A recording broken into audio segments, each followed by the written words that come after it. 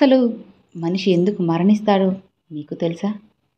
ఈ ప్రపంచవ్యాప్తంగా రోజుకి 50,000 మంది లక్షల మంది చనిపోతున్నారు. ఎవరు ఎప్పుడు ఎక్కడ ఎందుకు చనిపోతున్నారో ఎవరికీ తెలియదు. కానీ చివరికి చనిపోతారు. చనిపోతున్న వాళ్ళందరూ ముసలి వాళ్ళే చనిపోతున్నారంటే కాదు. వయసుతో సంబంధం లేకుండా అప్పుడే పుట్టిన శిశువు కూడా పండు ముసలి దాకా ప్రతి ఒక్కరూ చనిపోతున్నారు. దీన్ని బట్టి చూస్తే చనిపోవడానికి మనిషి ముసలివాడే కానక్కర్లేదు. అప్పుడే పుట్టిన చిన్న గర్భస్థ శిశువైనా చాలు. ఒక మనిషి ముసలివాడు కావడం, గాయాలు, అలానే అనారోగ్యం, గుండె ఆగిపోవడం, మెదడు మరియు నాడీ వ్యవస్థ అని చేయకపోవడం మరణానికి దారితీస్తాయని సైన్స్ చెబుతుంది. ఇది విన్న తర్వాత అసలు మనిషి ముసలివాడిగా ఎందుకు మారుతున్నాడు? మనిషి ఎంత ఆరోగ్యంగా ఉన్నా ఏదో ఒక సందర్భంలో ఏదో ఒక కారణం చేత మనిషి చనిపోతున్నారు. మరి దీనికి కారణం ఏమై ఉంటుందో మీకు ఎప్పుడైనా సందేహం వచ్చిందా? వయసుతో సంబంధం లేకుండా గత జన్మలో చేసిన కర్మల ఆధారంగా తాను చేయాల్సిన కర్మలను పూర్తి చేయడానికి ఒక వ్యక్తి ఎప్పుడు ఎలా చనిపోవాలో అతని ఆయుష్ను బ్రహ్మదేవుడు నిర్ణయిస్తారని, మరణం అనేది కేవలం శరీరానికే తప్ప ఆత్మకు కాదు అని మన మతం చెబుతున్నాయి. ఇది విన్న తర్వాత మనిషి తాను చేయాల్సిన కర్మ పూర్తి చేయడానికి జన్మిస్తే మరి అప్పుడే పుట్టిన గర్భస్థ శిశువు ఎలాంటి కర్మలు చేయకుండా ఎందుకు చనిపోతున్నారు? ఒక వ్యక్తి గుండెపోటుతో చనిపోవడం, ఉరివేసుకోవడం, యాక్సిడెంట్లో చనిపోవడం, ఇలానే రోగాలు, ఇక ఇతర కారణాల చేత చనిపోవడం, ఇలాంటివి ముందే బ్రహ్మదేవుడు వీళ్ళు ఈ రకంగా చనిపోవాలని నిర్ణయిస్తారా? నిజానికి ఇలా ఆలోచిస్తే ఎన్నో రకాల ప్రశ్నలు తలెత్తుతాయి. కాబట్టి ఇప్పుడు మనం అసలు ఒక మనిషి ఎందుకు చనిపోతాడో సైన్స్ అలానే మతం అనే 2 కోణాల నుండి ఈ ప్రశ్నకు సమాధానం తెలుసుకుందాం. జాగ్రత్తగా వింటే మీకు కూడా అన్నీ అర్థమవుతాయి. ఎలాంటి డౌట్స్ లేకుండా మీకు చక్కగా మీ మనసులో ఉన్న ప్రశ్నలన్నిటికీ సమాధానం దొరుకుతుంది. ముందు మనం సైన్స్ నుండి చూద్దాం. అసలు ఒక వ్యక్తి ముసలివాడుగా ఎందుకు మారుతాడో చూద్దాం. మన శరీరంలో కణాల విభజన అనేది చెందుతూ ఉంటాయి. కానీ కొంత వయసు వచ్చాక ఈ కణాల విభజన నెమ్మదిస్తుంది. మన శరీరం కొన్ని కోట్ల కణాలతో రూపొందించబడింది. ఉదాహరణకు చర్మంలోని కణాల విభజన నెమ్మదిస్తే చర్మం ముడతలు వస్తాయి.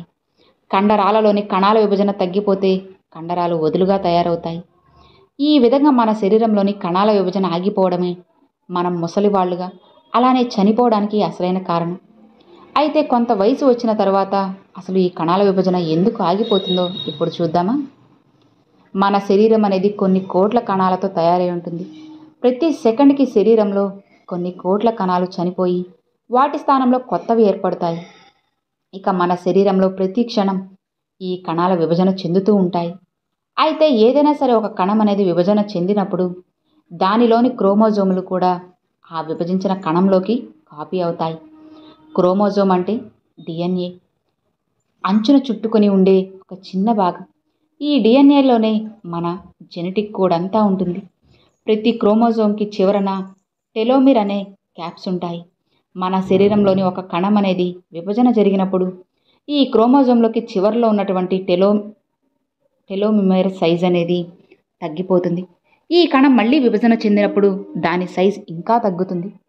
ఇలా విభజన జరిగిన ప్రతిసారి కూడా ఆ టెలోమిర్స్ పూర్తిగా మాయమవుతాయి. అప్పుడు ఈ కణం అనేది విభజన చెందడం ఆగిపోతుంది. ఈ విధంగా మొదట విభజించబడిన కణానికి అలానే చివరిగా విభజించబడిన కణానికి చాలా తేడా ఉంటుంది. సాధారణంగా ప్రతి మనిషిలోని కణం అనేది దాదాపు 50 సార్లు విభజన చెందుతుంది. దీనినే హేప్లిక్ లిమిట్ అని కూడా అంటారు. దాని తర్వాత ఆ కణం అనేది దాని శక్తిని కోల్పోయి మెల్లిమెల్లిగా నశిస్తుంది. ఈ లిమిట్ దాటిన తర్వాత ఈ క్రోమోజోమ్స్కి ఉన్న టెలోమీర్స్ అనేవి చిన్నవైపోయి ఇక ఏమాత్రం డిఎన్ఏని ప్రొటెక్ట్ చేయలేవు. దానితో ఆ కణాలలోని విభజన ప్రక్రియ ఆగిపోతుంది. శరీరంలో కణాల విభజన ఆగిపోవడంతో మనిషికి ముసలితనం అలానే రోగాలు ఇంకా గాయాలు నయం కాకపోవడంతో చివరికి మరణిస్తారు. అంతేకాదు ప్రకృతి సమతుల్యతను కాపాడుకోవడానికి మరణం అవసరం.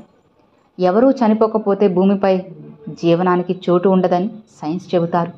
ఇక ఇప్పుడు మనం ఆధ్యాత్మిక దృక్కోణం నుండి అసలు మనిషి ఎందుకు చనిపోతారో తెలుసుకుందామా? పుట్టిన వానికి మరణం తప్పదు, మరణించిన వానికి పుట్టుక తప్పదు. తప్పించుకోవడానికి వీలు లేని ఈ విషయంలో నీవు దుఃఖించడం తగదు అని ద్వాపర యుగంలో శ్రీకృష్ణుడు భగవద్గీతలో చెప్పారు. ఇప్పటి వరకు మనకు 3 యుగాలు గడిచిపోయాయి. ఇప్పుడు మనం 4వ యుగమైన కలియుగంలో ఉంటున్నాం. ఒక్కసారి మనము వెనక్కి తిరిగి చూస్తే శాశ్వతంగా అసలు ఈ భూమిపై చిరంజీవులుగా మిగిలిపోయిన వారు ఎవ్వరూ లేరు. కానీ మన హిందూ మతంలో సప్త చిరంజీవుల గురించి ఒక ప్రస్తావన ఉంది. దీని గురించి మనం మళ్ళీ తెలుసుకుందాం. ఒకానొక సమయంలో అన్నిటికంటే ఆశ్చర్యకరమైన విషయం ఏమిటి అని యక్షుడు ధర్మరాజుని అడుగుతారు.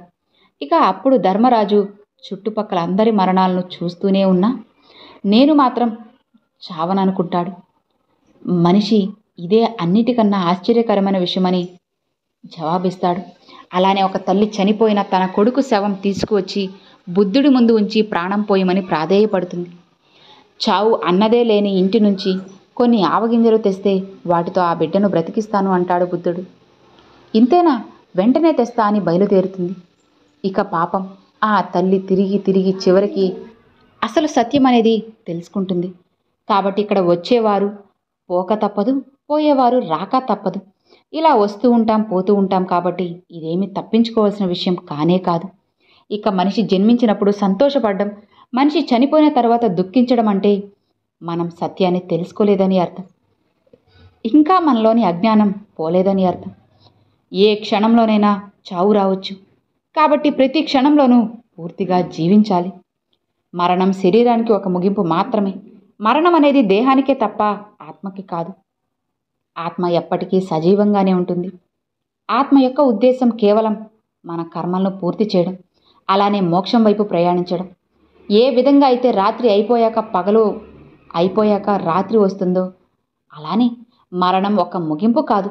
మరణం అనేది ఒక కొత్త ప్రారంభానికి చిహ్నం, జీవితానికి గొప్ప గుణపాఠం. మరణమని తత్వశాస్త్రం చెబుతుంది. మనిషికి మరణం లేకపోతే జీవితం యొక్క ప్రాముఖ్యతను మనం ఎప్పటికీ అర్థం చేసుకోలేం.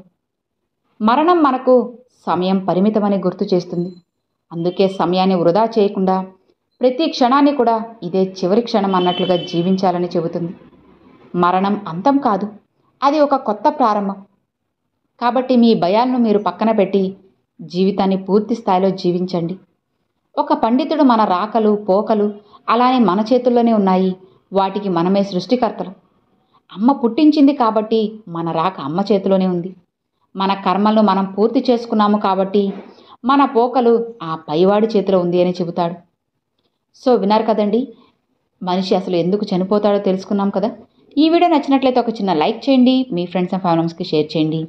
ఫస్ట్గా మన ఛానల్ చూసేవాళ్ళు సబ్స్క్రైబ్ చేసి సపోర్ట్ చేయండి ఫ్రెండ్స్. Thanks for watching. ఓం నమః శివాయ. శివాయ నమః.